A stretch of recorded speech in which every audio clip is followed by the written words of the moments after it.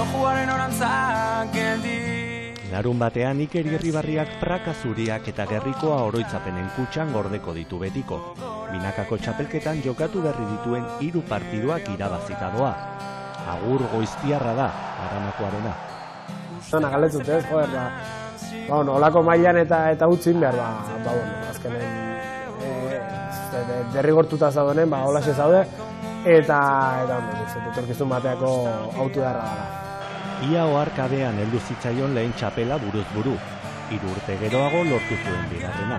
2009 buruzbuko edazitakon, kostiente izatuntzea, 2006koaren zaila dela. Hirugarrena Beñat Rezustarekin irabazi zuen 2017an. Danak inbasatzen dizu hortuk, baina jatekin kotxen, vestuarioetan, frontoien bertan eba, eta azkenen eman hori potitza zen. Arantza txorrak egalitzen ari, autorki hortan. Partiu txukuna hokein, eta lasaia jokatzen bat. Partidu eta jokaldi berezirik ere badu oroimenean. Hori bila eta berezinatan, historio zantzala. Almarrain kontrako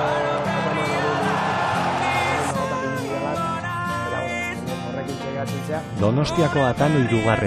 esango diagur pilota profesionalari Irribarriak.